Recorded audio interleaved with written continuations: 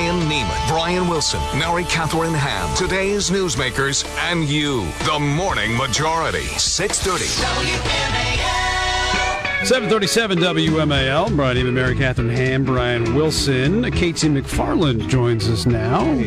KT, Fox News contributor, Fox News national security analyst. Also, if you can't get enough KT, you can check her out on her own web show, DEF CON web show. Check it out at foxnews.com. You can watch it 2 to 3 on Wednesdays. So this afternoon, you can check KT McFarland out. I can't ever get enough of KT McFarland. Ooh, she's here with us. Good morning, KT. Good morning. This is great. I saw, did you see this Zogby poll out? It just caught my attention that he did a poll of Muslims or Arabs, I guess it would be more appropriate, and the reaction to America and how they feel about us, and actually had more favorable attitudes in 2008 during the last year of the Bush administration than they do of us today. And fewer than 10% describe themselves as having a favorable view of President Obama. And a lot of that apparently had to do with the killing of Osama bin Laden.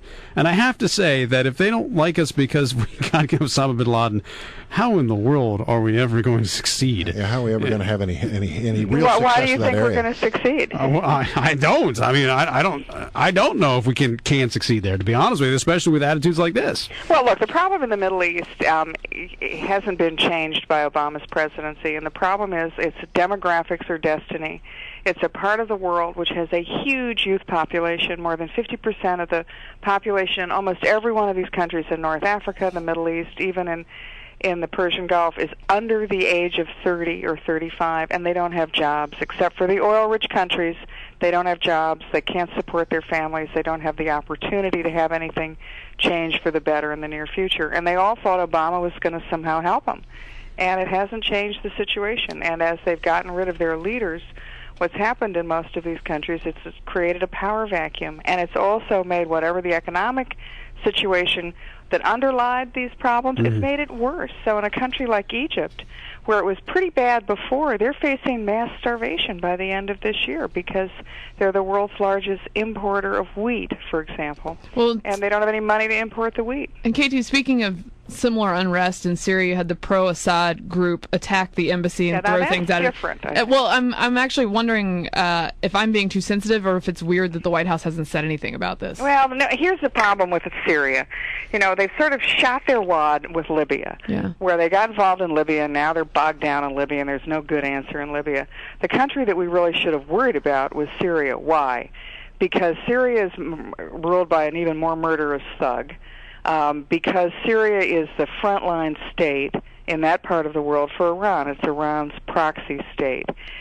Syria, along with Hezbollah and Lebanon, they all surround Israel, and they potentially go to war against Israel anytime they feel like it, anytime they want to change the topic from their own bad news at home. Right. And so Syria, which is a much bigger problem, which is murdering more people, we don't know what to do about Syria, in part because we've shot our wad, and secondly because we're worried that if Syria collapses, then chaos ensues, and things are even worse. I mean, I happen to disagree. I think if Assad goes and chaos ensues, that leaves us an opportunity to get rid of Iran. Our whole objective in this is, again, step back. What's America's interest in that part of the world? Where are our vital interests? The rise of Iran, preventing the rise of Iran and nuclear weapons, and keeping the free flow of oil. I have a question about Pakistan, KT. Our relationships have hit sort of an all-time low there. The United States is threatening to pull some $800 million in military aid.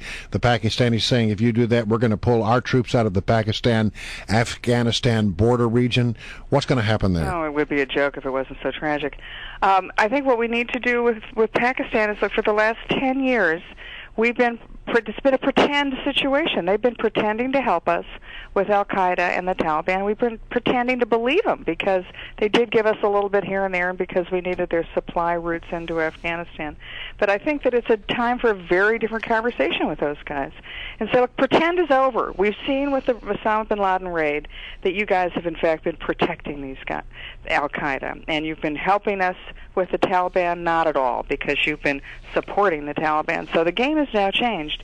And we give you $2-3 billion a year, most of which you use for your military, a lot of which you use to make nuclear weapons. That goes away like tomorrow by noon, unless you do one of two things. Go to your buddies in the Taliban and tell them to cut a deal with us. They don't, and we're going to set that bar really low. All they have to do is renounce Al-Qaeda and say that they're not going to kill Americans and have them join some kind of a coalition government with Afghanistan. And if Pakistan can't or won't do that, then guess what? We've already lost Pakistan. Yeah. And we ought to take that money and put it elsewhere into intelligence to let us know what the Pakistanis are doing with their nukes and to counter terrorism and to potentially, covert action. What do you make of the assassination of Hamid Karzai's half-brother, who was a pretty big player in Kandahar? Huge. Owned Kandahar. This is a really huge deal because, to me, this is a sign that the Civil War has already started. A lot of people have said that the minute we leave, Civil War starts. So some of the more conservative people have said, therefore, we have to stay for a really long time. Right. Okay, but the minute we do leave, and it's going to be sooner rather than later, then you're going to see all of Afghanistan start fighting. And the Taliban is going to come through the south into the Pashtun areas. The assassination of Karzai's brother is probably one sign of that. The attack on the Intercontinental Hotel in Kabul 2 weeks ago, that was another sign that the Taliban is moving in.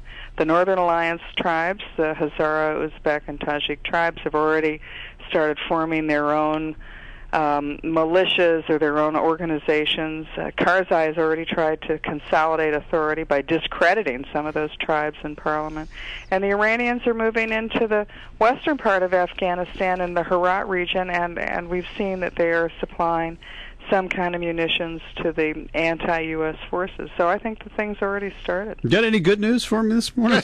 Yeah, you're really depressing, KT. How do you feel about the good news? Okay. If America can somehow figure out how to solve our own problems, right, which we may not be able to, but if we do, we will look like the bright, shining city on the hill because nobody else in the world is figuring out their problems. Yeah. I have to ask you. You know a lot of people in Washington. Did you know Betty Ford at all? Yes, I did. I worked for the Fords. Yeah.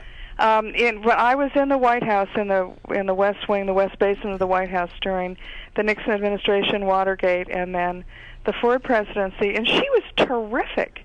I mean, her kids were great. It was a time when you really had much more access to people than you do today. The president's first families didn't live in bubbles, and Betty Ford was the last normal person who lived a normal life. I mean, she made breakfast, she made dinner. Oh, really? And they didn't even live in a vice presidential mansion before they moved into the White House.